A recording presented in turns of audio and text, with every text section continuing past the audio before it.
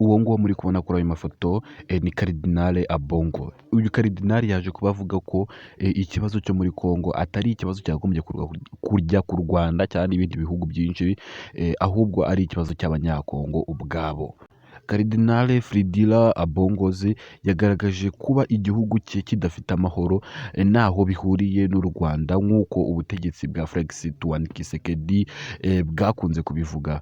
Mu butumwa yatanze kuri Pasika tariki ya 20 Mata 2025, Karidinali Ambongo yagize ati turabizi neza cyane ko igihugu cyacu kiri mu bubabare ndengakamere, kirarembye kandi iyo ndembe iri mu bihe bya koma, biba bigoye kumenya ahazaza hayo.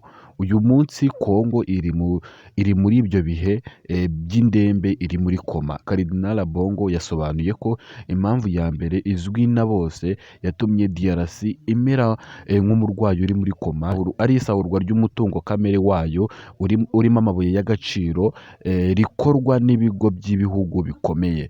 Yagize ati tuzi impamvu nyamukuru yatumye igihugu cyacu kijya muri ibi bihe bya koma. Impamvu buri wese azi kandi yisubira, yumvikana ku maradiyo yose, televiziyo, ahantu hose iravugwa, ni ubugugu bw'ibigo binini by'abacuruzi bw'ubucuruzi bw'amabuye y'agaciro bw'ibihugu binini bishaka umutungo udatunganyije, amabuye, amashyamba n'amazi ya Kongo kugira ngo bibyikoreshereze.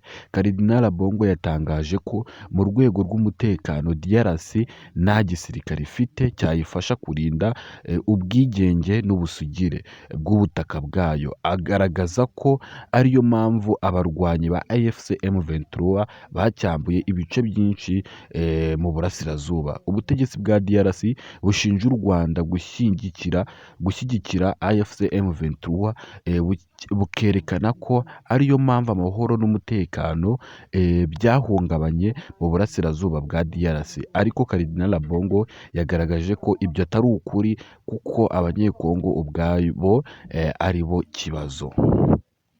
Ati impamvu ya mbere yo kubura amahoro mu gihugu cyacu si abantu bo hanze, si abanyamahanga, si u Rwanda, ahubwo ni twebwe Abanyekongo. Karidinali Ambongo yatangaje ko mu myaka itatu intambara imaze mu burasirazuba bwa DRC, abayobozi b'iki gihugu bitwara nk'aho nta kibazo gihari, bakarushaho gushaka inyungu zabo n'abatari mu myanya y'ubuyobozi bagashaka ko bayijyamo.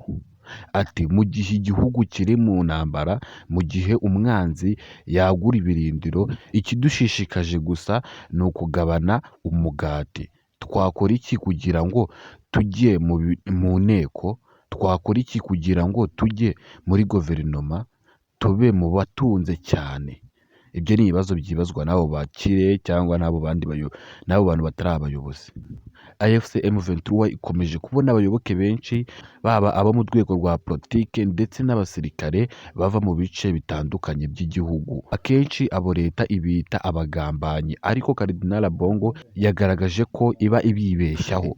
Ari amagambo menshi Karidinali Ambongo yagiye avuga, gusa reka dusoreze kuri iki ngiki cya nyuma, kuri iki ngiki ngiye nifuje ko twasorezaho. Yagaragaje ko ingengo y'imari ya leta ya Kongo ari miliyari 3 z'amadolari y'Amerika, kandi ko 70% byayo bikoreshwa n'abari mu myanya ya politike, 30 bikagenerwa abaturage. Nawe umva ibikoreshwa n'abayobozi. Gusa we cyo musaba nta kindi ni ukumfururinga tukirebera ibindi, tukajya twumva cyangwa se tunareba amakuru kugenda acicikana muri aka karere ka East Africa ndetse no ku isi hose. Inkuru yanjye reka rero nyisoreza aho ngaho. Uwo nguwo ni Karidinali Ambongo muri kumwe yakora amafoto. Ciao ciao.